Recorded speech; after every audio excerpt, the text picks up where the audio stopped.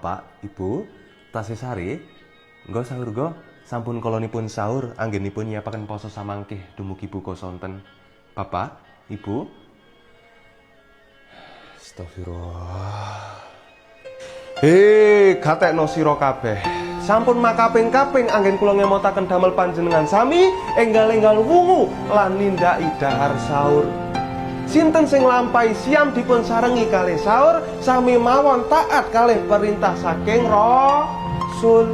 Sinten sing taat kalih Rasul sami mawon taat perintah saking Gusti Allah. Mula monggo Bu enggal-enggal wungu, jangan wayune enggal-enggal dinget-ngeti. Bapak nggih katuran wungu, putra-putrinipun ditimbali.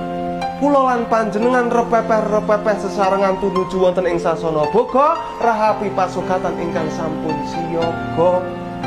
Pak, Bu, mbok bilih panjenengan mboten sahur, sak mangkih luwe mboten kiyat ngadepi siam, sak mangkih semaput malah ada merepot.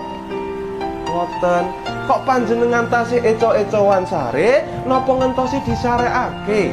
Mbok bilih panjenengan ngentosi disarekake, kula teng mriki kalian sakadang sampun siaga anggenipun damel panjenengan sarean.